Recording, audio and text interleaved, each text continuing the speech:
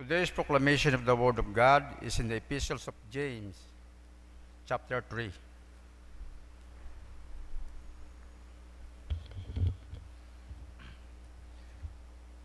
Who is wise and understanding among you? Let him show by good conduct that his works are done in the meekness of wisdom.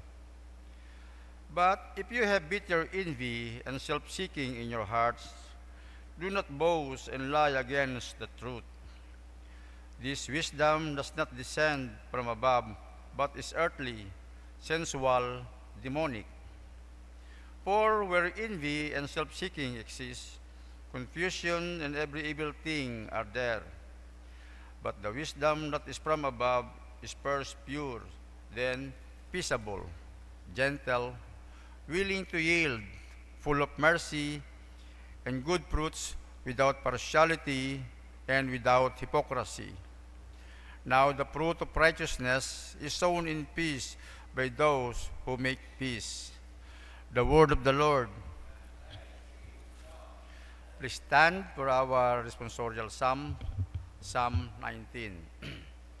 In our response, the precepts of the Lord give joy to the heart. Together. The law of the Lord is perfect, converting the soul. The testimony of the Lord is sure, making wise the simple. Response. The statutes of the Lord are right, rejoicing the heart. The commandments of the Lord is sure, enlightening the eyes. Response. The fear of the Lord is clean, enduring forever. The judgments of the Lord are true and righteous altogether. Response. Let the words of my mouth and the meditation of my heart be acceptable in your sight, O Lord, my strength and my Redeemer. Response. Glory be to the Father, and to the Son, and to the Holy Spirit.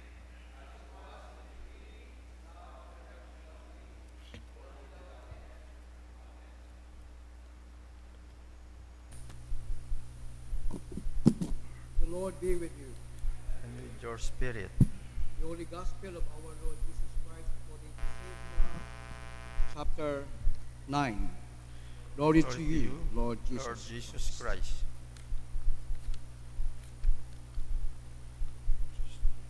And when he came to the disciples, he saw a great multitude around him, and scribes disputing with them. Immediately, when they saw him, all the people were greatly amazed, and running to him, greeted him. And he asked the scribes, "What are you disputing with them?" Then one of the crowd answered and said, "Teacher, I brought you my son, who has a mute spirit. And wherever it sees him, it throws him down. He foams at the mouth, gnashes his teeth, and becomes rigid. So I spoke to your disciples that they should cast it out, but they could not." He answered him and said, "O faithless generation, how long shall I be with you? How long shall I bear with you? Bring him to me." And they brought him to him. And when he saw him, immediately the spirit convulsed him, and he fell on the ground and wallowed, foaming at the mouth. So he asked his father, "How long has this been happening to him?" And he said, "From childhood. And often he has thrown him both into the fire and into the water to destroy him.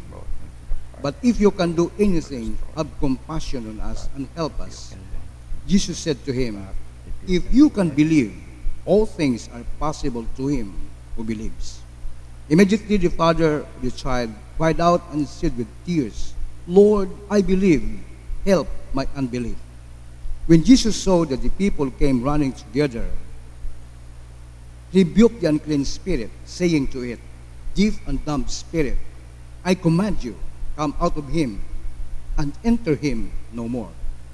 Then the spirit cried out, convulsed him greatly, and came out of him, and he became as one dead, so that many said, he is dead. But Jesus took him by the hand and lifted him up, and he arose.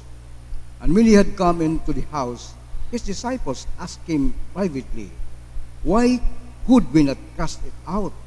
So he said to them, "This kind can come out by nothing but prayer and fasting."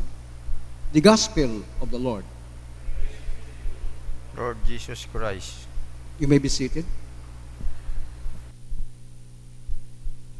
Yesterday, we celebrated the Pentecost Sunday, and it was been thought by the authority of the church that it was the coming of the Holy Spirit to you, to me, and the mystical body of our Lord Jesus Christ became manifested to the world. But today, as we read the Holy Gospel, we are now reading about the unclean spirit, dumb and deep spirit, that it may contrast what we have learned yesterday. We learned that in the coming of the Holy Spirit, we are guided into all truth, and nothing and no one can dispute about it, except you yourself. Aman, sa atong pagpangabuhi, may control kita. May aton ang control sa atong kaugalingon. Outside of us, we have no control. Might be, kung kasunod kita sa leaders, ag sa mga hamba natong with authority on us, ay do yun, sanda makakontrol ka aton. Pero you yourself, you can only control yourself. Outside of your body, you have no control. Bisan si imong kaugalingong asawa, sing mga unga, si imong sugoon, sing panimagay, might be, may control ka, ay masugo mo. Pero most of the time, you cannot control them all. Doon ito klaro. But, klaro man, sa atong pagpangabuhi, kung matuod ng Espiritu Santo, iyakaton, we are controlled by His love. Doon number one nga patimaan sinyalis nga matuod ng Espiritu Santo, iyakaton, we are controlled by His love. Arong pangaywa, ay may control kita sa atong kaugalingon. Ay kung pasugtan nato atong kaugalingon, we have so many things in our minds. Bisan nga nis tagipusoon, may atong mga batasan nga, aton yet ang batas, atong ilaan nga sundon.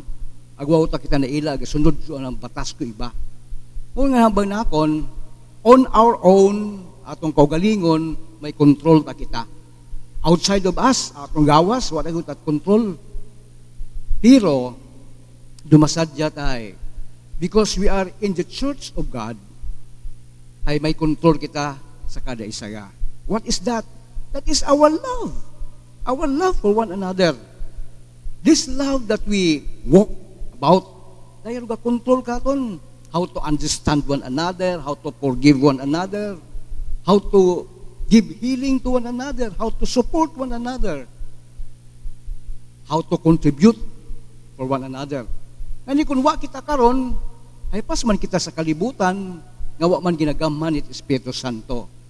In our gospel today, kung pinakamasadya nga basa ko rin karay, di kara sa verse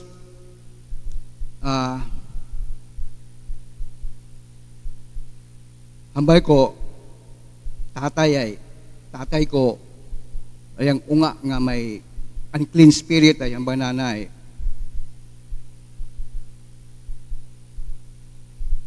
If you can do anything, have compassion on us and help us. Daya man naton nga cry, daya atong ginasinggit, atong pangamuyo sa Ginoo, nga kung Ginoo, ikaw Lord ay makaobra ka it mga umawray, kaguy iman kami, agbuligi kami, pasama karon, sa makaron nga trend, ay kabudlayt a kontrolon do mga unga. Do mga unga, kabudlayt a kontrolon. Sa sugod bagay, might be, makontrol mo sanda, but outside of the home, di utan mo makontrol sanda pag gusto ta. So ano atong piling maobra nga para magiyahan man sanda. Hambay ni Jesus Christ, nasabat sa atong hinyo kanhi tatay, sa verse 23 undaya, hambay ni Lord Jesus ay, if you can believe, all things are possible to him who believes. So hambay ko, sabat ko, Ama, Lord, I believe. Help my unbelief. So saraya nga bisaga ita atong Ginoo nga naga padumdum katon nga if you can believe, all things are possible to him who believes, then we can have that control in our own selves. Pwede natong gamiton nga control da sa atong kaugalingon. Patihan to Dios agpasugtan ta imo nga control na nakita. Agod kun ana kitang makontrol, ay we can have that sense of humor nga mambay, nga may concern kita sa kada isa ga. Ay, ano pwedeng makita it kalibutan sa simbahan? What iba nga pwedeng makita it kalibutan sa simbahan, rong mayad nga suundanan? Might be sa atong panimagay, may atong matang suundanan. Pero hambay ko nga ni, outside of our body, we have no control. Kapin kido mga unga makaron, makagawa sa atong panimagay, they do their own thing. Ay kabay nga bukong kitat moron, nga pag gusto lang mata kita rayon, pag muog sa simbahan, ay pag gusto kita. No. Dapat ay daton yung sensibility about the church, about the guidance of the Holy Spirit, ay buhi sa atong kabuhi. Agon makahambay man kita, makasabat man kita sa mga tawo nga pangutan katon nga have compassion on us and help us, ay makasabat man kita. If you can believe, all things are possible to you that believes. Kani ay masadya sa atong pagpangabuhi nga ginagamhan kita pagigugmay ta atong Ginoo pamaagi sa Espiritu Santo. Ang isa nga pa, wait makapagos ta karon katon, kita man lang ngani kung naila kitang padayon do paggahom Espiritu Santo sa atong pagpangabuhi, ay padayonon man naton datong pagsunod kana. Be guided by the Holy Spirit.